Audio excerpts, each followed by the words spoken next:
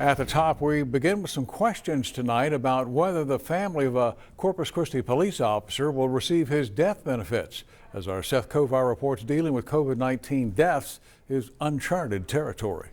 These officers need assurances and peace of mind. What happens in the case of Officer Charlie Chuck Williams could provide it. The 35-year law enforcement veteran died earlier this week, becoming CCPD's first COVID-19 death.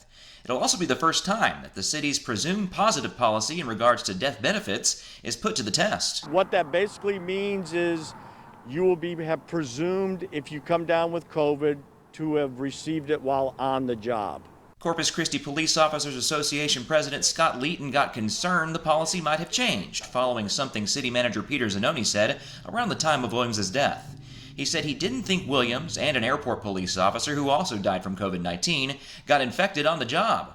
Today he made a clarification. What the statement was meant to say is that I had no evidence that any of our employees that have passed away had interaction with a person who was confirmed to have COVID-19. In these uncertain times, in addition to all the normal dangers that police officers face, there's an invisible one that they're up against at all times. When they step out of the door from the police station to go to work, they're wondering now, are we covered or are we not covered? The answer, Zanoni says, isn't up to the city. He says state and federal agencies decide whether or not an officer's family receives more than $800,000 in death benefits. But Zanoni says the city is trying to get the ball rolling. Both police and fire department, working with the airport department, are doing what they always do, which is beginning to fill out the required paperwork and sending it to the appropriate parties. So before long, Leeton and Officer Williams' cohorts and family could have their answer. Whether it's a bad sickness